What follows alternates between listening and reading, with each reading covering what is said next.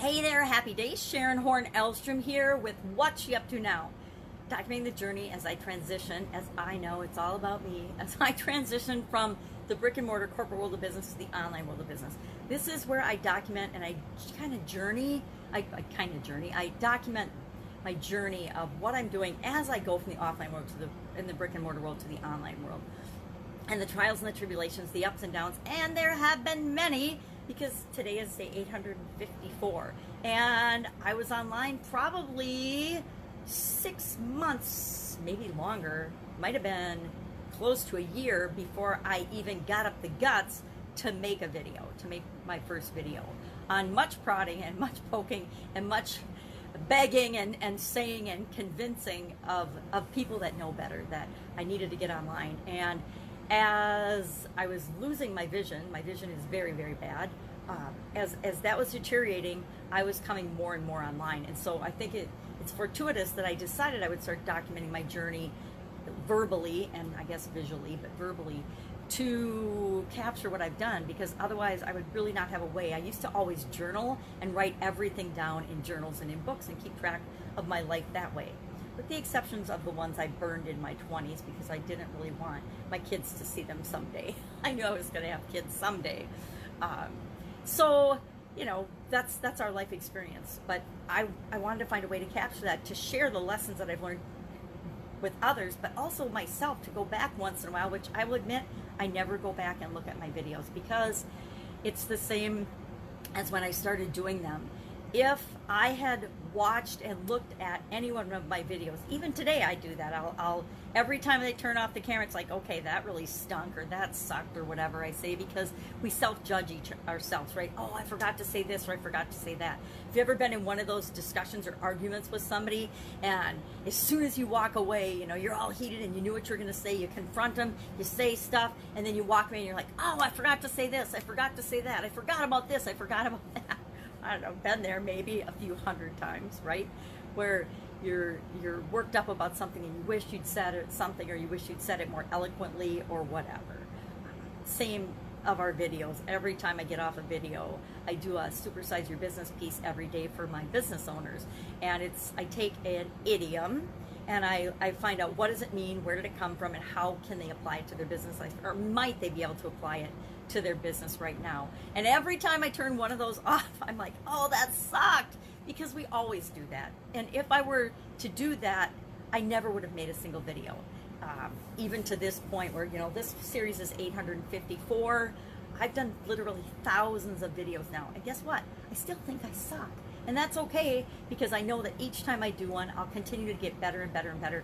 And someday, maybe in 5 years or so, I will do a video and I won't think after it, I sucked, that was terrible, I forgot to say this. Because does it really matter? No. Videos, what I like about live videos is they're so short-lived.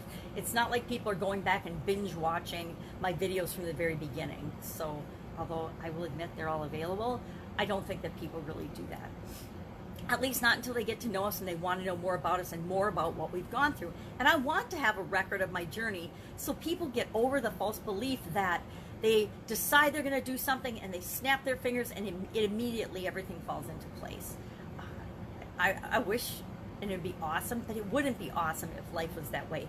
If we don't work for something, we don't feel like we deserve it or we earn it. So many examples of that in my life. You know, we have things that come to us like almost fortuitously, like almost like miracles, and those are the things we forget to appreciate. It's the things that we work for that we appreciate. When I was younger, when I was in high school, you know, I grew up with 4 sisters, and we weren't a wealthy family. My dad worked his tail off. He always had businesses on the side of his corporate career, which is kind of where I learned it. And I just thought that's how you be. You have your career and your job, and then you also run businesses on the side, because that's what I grew up with. But I remember when I was younger, I wanted a stereo, so that when I loved music when I was in high school and college. I absolutely loved music. Can't sing a note. I have a rusty gate hinge voice, I call it, because when I was young, I had tonsillitis and laryngitis throughout my whole childhood. And that caused my vocal cords to be damaged, and I've got a really bad voice. my kids used to tell me not to sing, and I thought, oh, maybe I'll outgrow it. And then my granddaughter, as soon as she was old enough, she'd cover my mouth and tell me not to sing. So I know it is what it is. But because of that, I love music. I love listening to music, and I wanted to buy myself my own stereo. And this was back when, you know, you bought each of the components. You bought the speakers separately. You bought the turntable. Yep, back when we had records and albums. You bought the turntable. You bought the what was it called when it did the different sounds? I can't remember what it's even called, but you had each of the components, and you had this giant tower thing that you kept every piece and every component in. And of course, the record player was on the top, so you could open it. And I worked for an entire summer to earn enough money to buy the different parts of my stereo. And I kept that stereo for like 20 years because I had worked so hard for it and I had earned it. Now, there aren't very many other things in my life that I've kept for 20 years, with the exception of my children, right?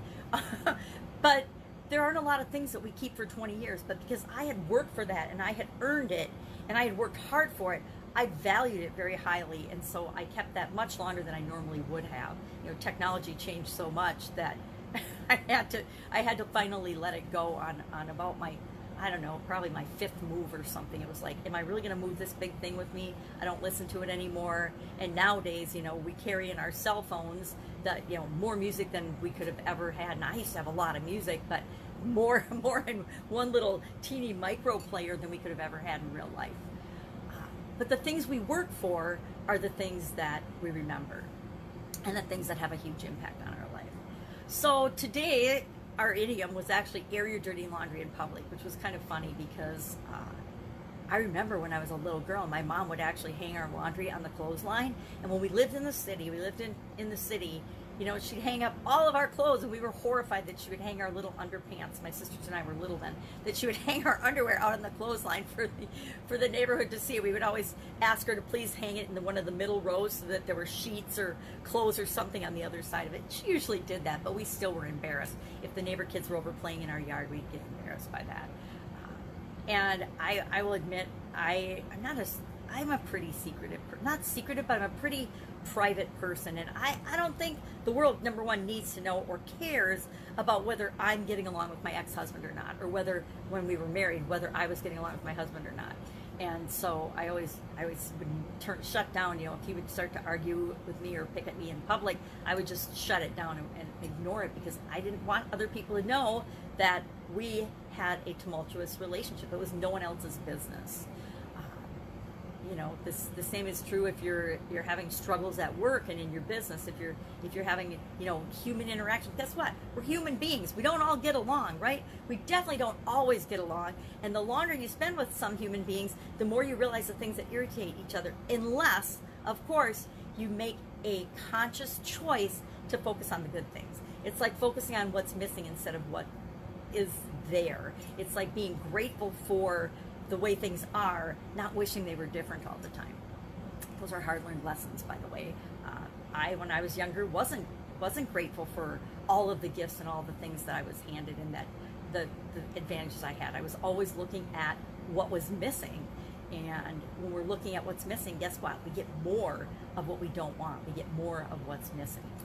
So airing your dirty laundry out in public, but I twisted that to how can you actually use that to grow and build your business. And that's what I try to do, and that's what I do, I think, every day, is I take these strange idioms, and this is really funny. I secretly, content creation people, found this book when I was moving, and I started doing this piece because I was moving, and I needed something so that I could create content easily for my audience, which is a bunch of business owners in different stages, but they all are trying and striving to grow their business.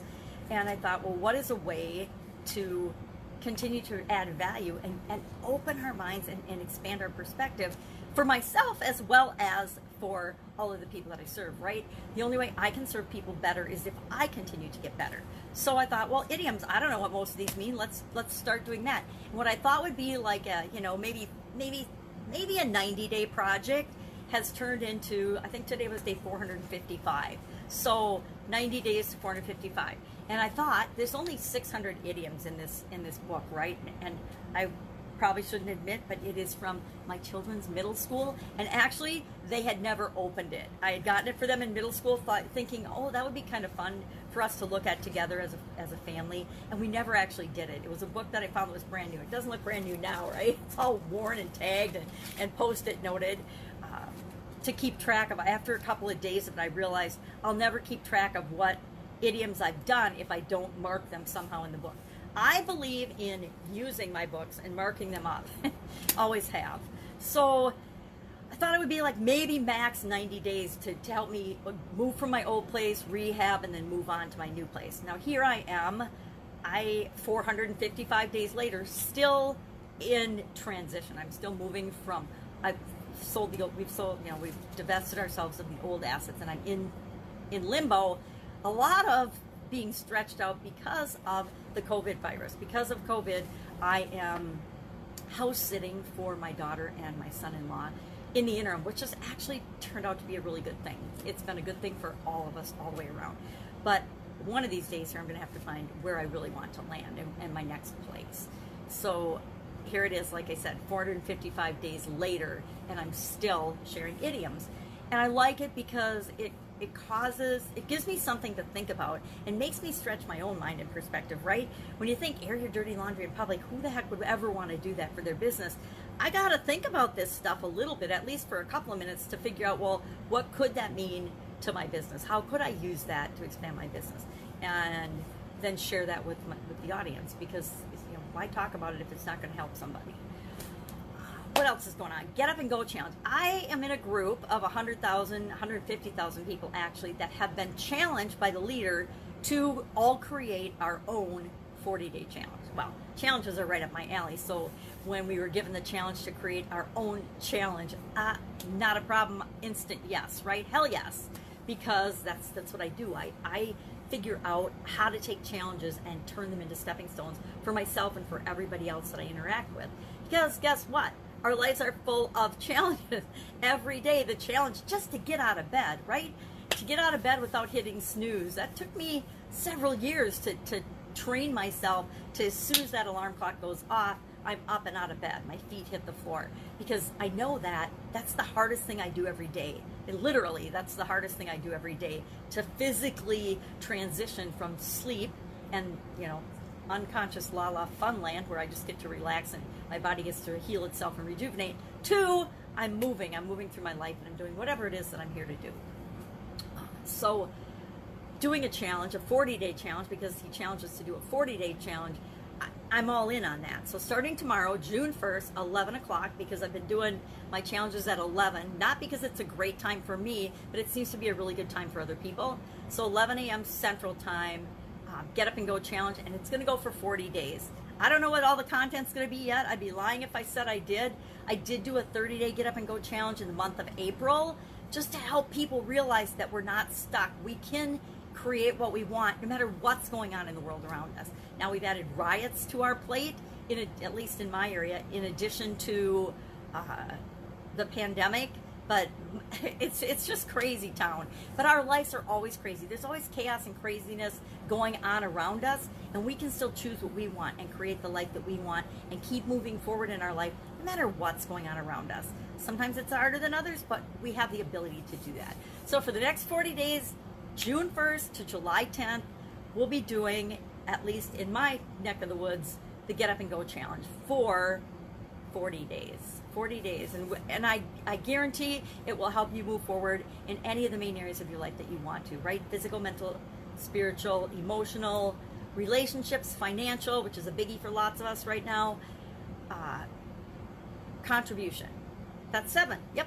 And now I've actually learned about 2 more areas of our life, but they're pretty up there, so I'll probably share those, but whether you want to choose to work on those or not is entirely up to you. Just like everything else. Guess what?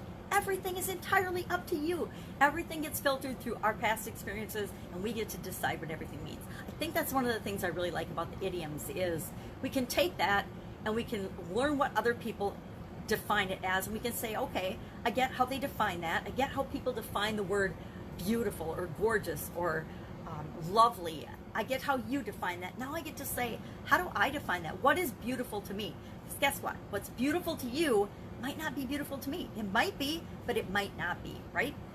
And we each, guess what?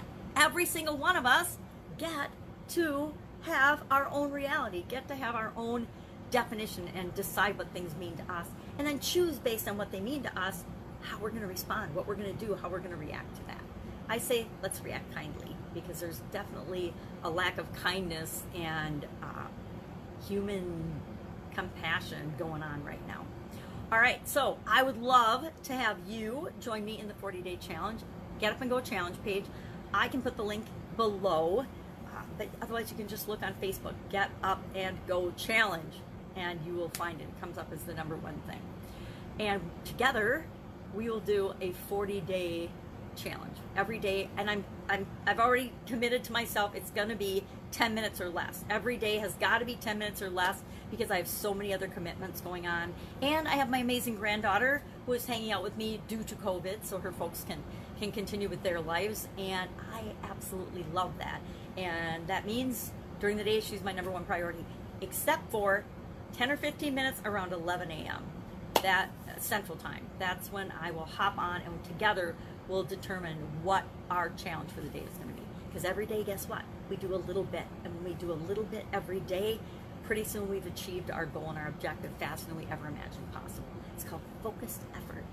Anyway, I think this is me from the lady with the crazy background and the chaos all around her.